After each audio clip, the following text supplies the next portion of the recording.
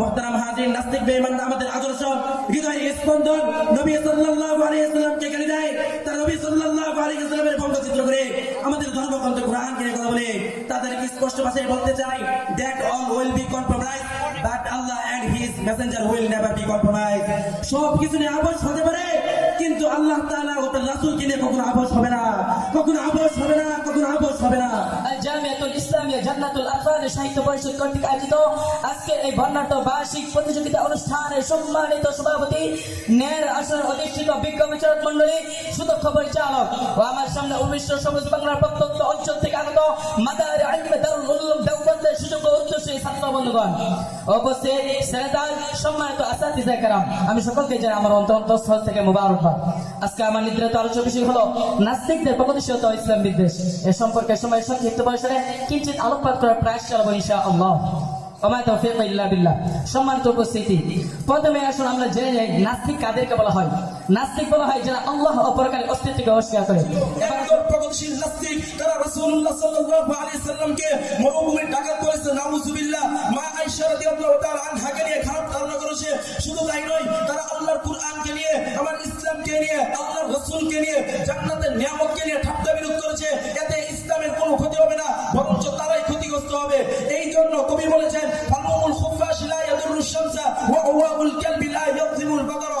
অর্থ, চামচিকার নিন্দাবাদ সূর্যের কোনো ক্ষতি করতে পারে না, তেমনি ভাবে কুকুরের কেউ পূর্ণিমা রাত্রিকে অন্ধকার করতে পারে না।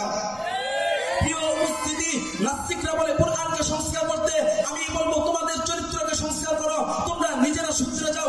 আর যদি তোমরা নিজেরা শুধরাতে না পারো, তাহলে মহান রব্বুল আলামিন ফিরআউনকে যেভাবে ধ্বংস করেছিল তোমাদেরকে সেভাবে ধ্বংস করবে। কারণকে যেভাবে ধ্বংস করেছিল তোমাদেরকে সেভাবে ধ্বংস করবে।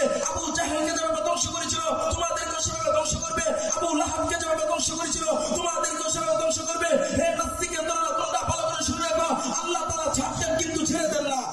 বর্তমানে নাস্তিকরা নিজেদেরকে প্রগতিশীল দাবি করে বাক স্বাধীনতা, নারীর স্বাধীনতা, পোশাকের স্বাধীনতা, মুক্ত চিন্তার প্রবক্তা হিসেবে আত্মপ্রকাশ করেছে। তারা বাক স্বাধীনতার নামে ইসলামের বিরুদ্ধে কথা বলছে, নারীর স্বাধীনতার নামে পর্দাহীনতা, বেহায়াপনার কথা বলছে, মুক্ত চিন্তা ও মত প্রকাশের স্বাধীনতার নামে ইসলামের মধ্যে বিদ্বেষ হচ্ছে।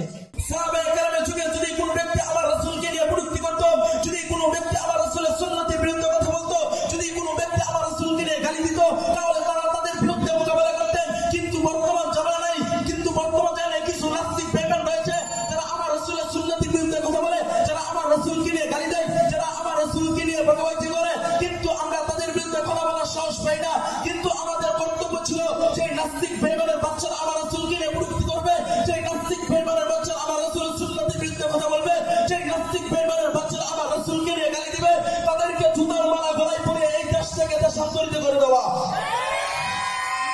নাস্তিকরা বিভিন্ন ধরনের যুক্তি দাঁড় করায়। আমি বলবো, যুক্তিতে মুক্তি মিলে না, কারণ ইবলিস শয়তানের যুক্তি দাঁড় করিয়েছিল, বলেছিল আনা খায়রুম মিন খলাকতানি মিন নার ওয়া খলাকতাহু মিন তিন। মুহতারাম হাজরিন, আজকে অত্যন্ত দুঃখের সাথে বলতে হয়, আমাদের দেশে কিছু নাস্তিক মুরতাদরা আমাদের ধর্মগ্রন্থ কোরআন এর অবমাননা করে, আমাদের আদর্শ, আমাদের হৃদয় স্পন্দন রাসূল সাল্লাল্লাহু আলাইহি ওয়াসাল্লামকে গালি দেয়, আর আমরা মুসলিম জাতি হয়ে তাদেরকে তাকিয়ে তাকিয়ে দেখছি। অথচ আমাদের কর্তব্য ছিল এই সকল নাস্তিকদেরকে আল্লাহর জমিনের মধ্যে যেখানে যখন যেভাবে পাওয়া যাবে সেখানে তখন সেভাবে তাদেরকে হত্যা করা। মুহতারাম হাজরিন, আর এই সম্পর্কে নবী সাল্লাল্লাহু আলাইহি ওয়াসাল্লাম হাদিস মধ্যে ইরশাদ করেছেন, মান বাদদালা দীনা ফাকরু, যারা ধর্ম ত্যাগ করে তাদেরকে হত্যা করো। আবার হাদিসের মধ্যে ইরশাদ করেছেন, মান সাব্বা নবিয়া ফাকরু, যারা নবীকে গালি দেয় তাদেরকে হত্যা করো। মুহতারাম হাজরিন, এই সকল নাস্তিকরা ইসলামকে ধ্বংস করার জন্য উঠে পড়ে লেগেছে। তাই আমি তাদেরকে স্পষ্ট ভাষায় বলে দিতে চাই, হ্যাঁ নর্তমান নাস্তিকের তোমরা ভালোভাবে শোনা, তোমরা ইসলামের বিদ্বেষ পোষণ করে ইসলামের কোনো ক্ষতি করতে পারবে না, বরং তোমরাই ক্ষতিগ্রস্ত হবে। তোমাদের মতো ইসলাম বিদ্বেষ পোষণ করেছিল ফিরআউন, কিন্তু সফল হতে পারেনি। তোমাদের মতো ইসলাম বিদ্বেষ করেছিল আবু জাহেল, কিন্তু সফল হতে পারেনি। তোমাদের মতো ইসলাম বিদ্বেষ করেছিল আবু লাহাব, কিন্তু সফল হতে পারেনি। তোমাদের উত্তরসূরি যেমন ভাবে সফল হতে পারেনি, ঠিক তেমন ভাবে তোমরাও সফল হতে পারবে না ইনশাআল্লাহ। প্রিয় উপস্থিতি, আমাদের দেশে আল্লাহর কুরআনকে অপমান করা হয়, আমরা মুসলিম জাতি তাকিয়ে তাকিয়ে দেখি। আমাদের দেশে আল্লাহর রাসূলকে নিয়ে কটূক্তি করা হয়, আমরা মুসলিম জাতি তাকিয়ে তাকিয়ে দেখি। আমাদের দেশে উলামায়ে কেরামদেরকে নির্যাতন করা হয়, আমরা মুসলিম জাতি ঘরে বসে থাকি। প্রিয় উপস্থিতি, আর ঘরে বসে থাকার সময় নেই। যদি আল্লাহর কুরআনের পক্ষে কথা বলার কারণে নিজের জীবন দিতে হয়, যদি রাসূলের পক্ষে কথা বলার কারণে নিজের জীবন দিতে হয়,